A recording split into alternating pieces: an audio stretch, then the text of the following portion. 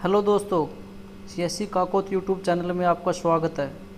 आज हम बात कर रहे हैं आर्मी भर्ती के बारे में। जी हाँ दोस्तों, आर्मी अग्निवीर भर्ती में आजकल एक बहुत ही बड़ा मुद्दा छाया हुआ है कि अग्निवीर के फॉर्म भरते वक्त धर्म और जाति का कॉलम क्यों दिया गया है। बहुत सी विपक्षी पार्टियों ने इसे बिल्कुल गलत ठहराया है और आर्मी भर्ती को कैटेगरी के हिसाब से बांटने का भी ब्लेम बीजेपी को ऊपर लगा दिया है। लेकिन क्या है सच्चाई? जी हाँ दोस्तों, इस बात की सच्चाई जानने के लिए खुद संबित पात्रा जी ने वीडियो कॉन्फ्रेंस की और बताया कि आर्मी अग्निवीर की फॉर्म में धर्म और जाति का कॉलम क्यों दिया गया है। देखें इस वीडियो को। प्रयोग इस ट्वीट में किया गया है और कुछ नेताओं का कहना है कि ये तो इंडियन आर्मी जो है ये जाति के आधार पर रिक्रूट करना चाहती है, पिछड़े और जो जनजातीय लोग हैं उनके साथ डिस्क्रिमिनेशन करना चाहती है, उनके साथ भेदभाव करना चाहती है। दुख है इस बात का कि माननीय सदस्य अर्थात जो मेंबर ऑफ पार्लियामेंट हैं, क्या वो अनभिज्ञ हैं? क्या वो जानते नहीं हैं हकीकत क्या है? मैं बताता हूं आपको हकीकत क्या है। हकीकत है कि जो भारत की सेना है, इंडियन आर्मी, वो किसी भी कीमत पे धर्म के आधार पर या जाति के आधार पर रिक्रूटमेंट नहीं करती है।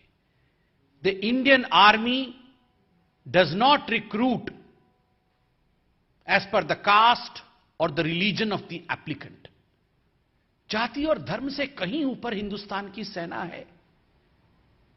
फिर भी ये जो कॉलम है ये क्यों है?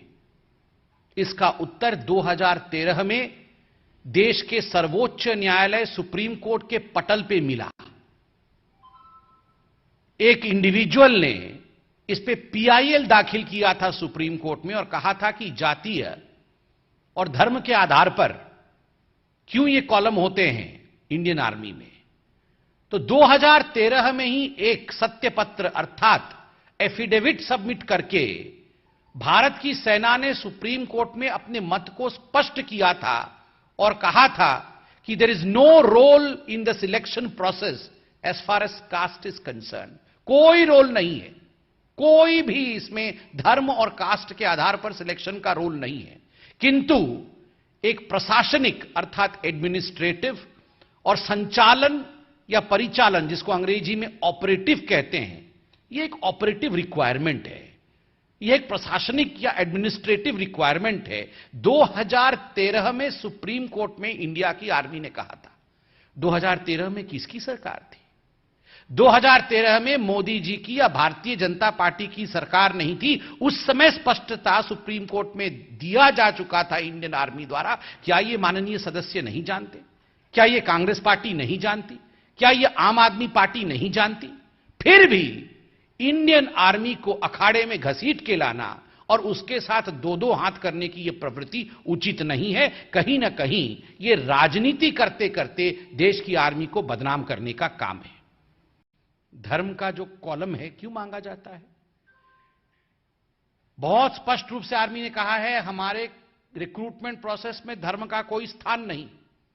किंतु अनफॉर्चुनेटली, अभाग्यवशत, यदि कर्म क्षेत्र में युद्ध के समय किसी जवान को शहादत या वो बलिदान को प्राप्त हो जाता है तो उसकी जो अंत्येष्टि की जाएगी, उसके जो अंतिम क्रियाएं की जाएंगी, वो कैसे की जाएंगी, ये निर्धारित करना भी सेंसिबिलिटी और सेंसिटिविटी के आधार पर होता है।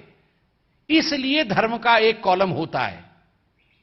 उसके बावजूद ये जानते हुए संजय सिंह और आम आदमी पार्टी और कुछ और नेताओं ने जिस प्रकार का सवाल उठाया है, यह कुलच्छित सवाल है, यह मन को कष्ट देने वाला सवाल है।